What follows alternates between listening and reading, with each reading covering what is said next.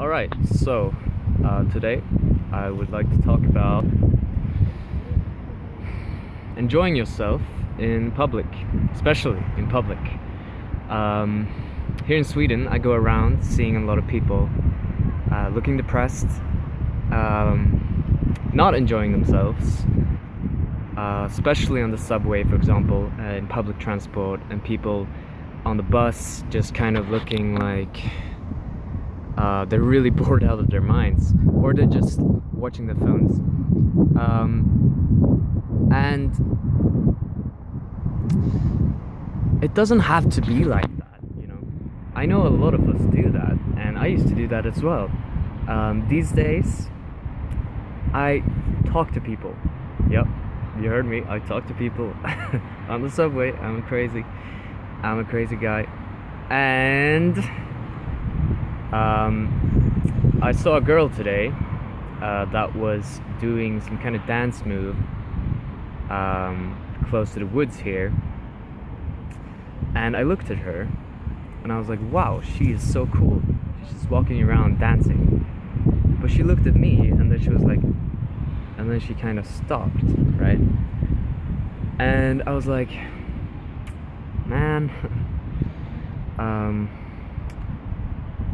And what I was thinking then is that sometimes I do the same thing, right? You're just kind of going around in your own bubble, doing your own thing, and then somebody else looks at you and you're like, oh my god, no, another person. But what you can do is actually not care, right? And that sounds easier than it is, of course, and everybody knows that. But if you learn to enjoy yourself fully when you're on your own, and that's the first step, right? Then you can learn to enjoy yourself in public. And it's all about being safe in your own skin. If you're not safe in your own skin, you're not going to be safe anywhere.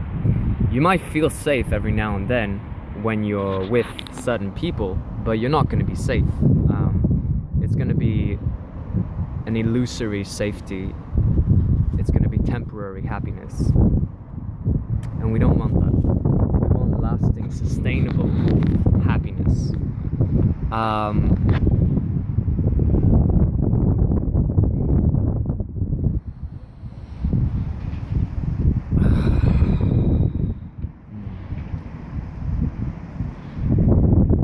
So, what I want to convey with this is that it's okay, If that girl would have been going around dancing and then she saw me, and instead of being fearful of what I was thinking of her or something, or startled, she would be like smiling and like, oh hey, hey, and like she kept on dancing like this.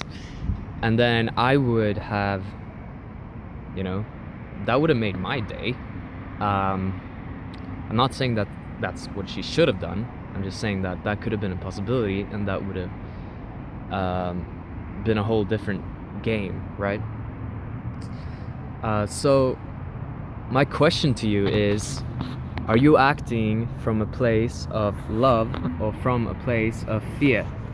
And really, it's like a lot of us act from a place of fear most of the time, right? We do things because we're afraid to lose things. We do things like we try to fit in, and we do certain things just so that people will like us because we're afraid of not being loved. If you do it from a place of love, however, it's more unconditional. It's more like you do it because you love, and because you don't care what the heck happens, like if it comes back to you or not. You just trust that it's gonna come back to you somehow. And that's what love is. You just trust, and you set the intention of giving. You set the intention of giving and trust that it will come back to you. And it doesn't even have to, right? To me, that is what love is. And really, when you when you're enjoying yourself in town or like on the subway and listening to music and you're like it's gonna cheer people up, because people are gonna see themselves in you. They're gonna see their best selves, right? They're gonna see the versions of themselves, the version of themselves that they wish that they were. They would want to be like that, like act out completely and just not be afraid of what people think of them. And so people are gonna like you because you're being authentic. You're enjoying yourself in your own very special kind of way. And there's always a way in which we can learn to enjoy ourselves in life. And I used to be scared shitless in subways and public spaces. I'm not anymore. Sometimes I am. It comes back to me sometimes. But I always find a way. And it's about repeated exposure. It's about finding new ways to handle the situation. It's about becoming safe in your own skin. And I will talk more about that in the future. For now, thank you for listening to me ranting about this, and I hope to hear from you soon. Like and subscribe or something, I don't know.